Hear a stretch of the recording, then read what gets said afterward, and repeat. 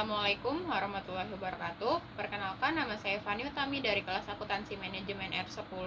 Di sini saya akan menjawab soal diskusi online pertemuan ke-11 yang diberikan oleh Bu Muhani. Soalnya itu, apakah analisa biaya lingkungan itu penting? Jawabannya penting sekali. Kenapa? Karena peraturan tentang lingkungan meningkat secara signifikan dan keberhasilan penyelesaian masalah lingkungan itu menjadi isu yang sangat kompetitif antar perusahaan. Isu lingkungan tersebut ditandai dengan pemanasan global dan fokus utama hampir semua perusahaan di dunia untuk meningkatkan tanggung jawab sosial terhadap lingkungan.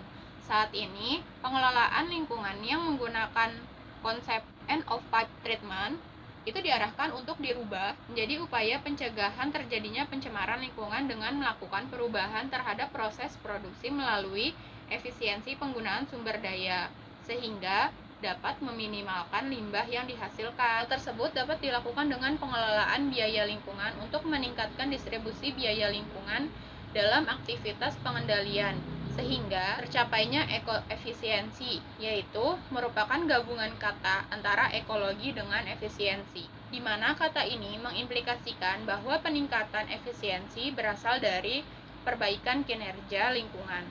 Sedangkan, mengapa lingkungan itu perlu dianalisis? Karena lingkungan berpengaruh terhadap keberhasilan strategi yang telah ditentukan, serta lingkungan mempunyai operasional perusahaan seperti aktivitas bisnis. Selanjutnya, ceritakan perusahaan yang bermasalah dengan lingkungan.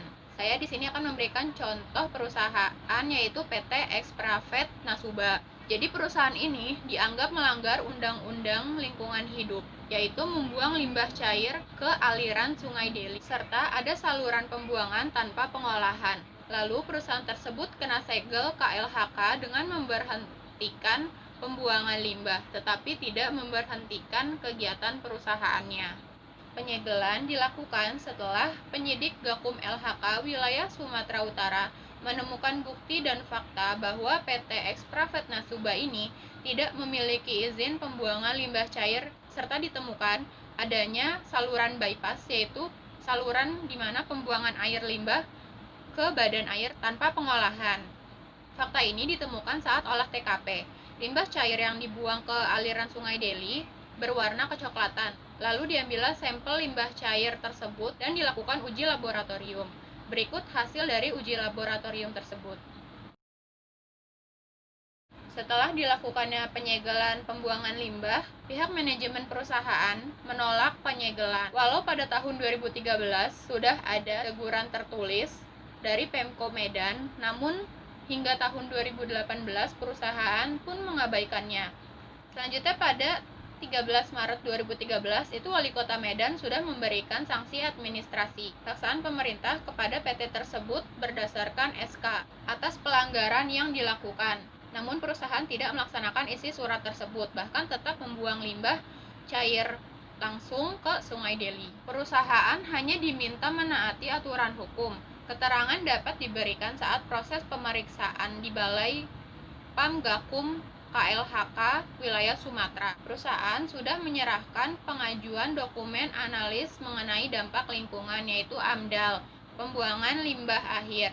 Namun masih ada penolakan dan perbaikan dari BLH Kota Medan. Karena sejak tahun 2013 sampai 2018 itu tidak ada itikat dari perusahaan untuk memperbaiki pembuangan limbah akhir yang masih dilakukan pembuangan limbah cair ke Sungai Deli. Menurut pihak manajemen tersebut, perusahaan sudah mengikuti anjuran BLH Medan agar sebelum dibuang itu limbah akhir diendapkan 24 jam terlebih dahulu, dan itu sudah dilakukan. Namun, pihak Gakum wilayah Sumatera Utara tetap menyegel perusahaan karena yang dilakukan ini adalah perintah undang-undang. Berikut pasalnya.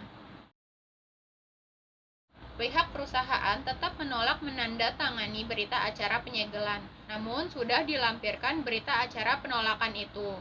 Jika plang penyegelan tersebut dicabut, itu pidana dan akan diproses hukum. Kasus ini akan diusut hingga tuntas. Sekian jawaban saya mengenai diskusi online pertemuan ke-11 yang diberikan oleh Bu Muhani. Kurang lebihnya mohon maaf. Wassalamualaikum warahmatullahi wabarakatuh.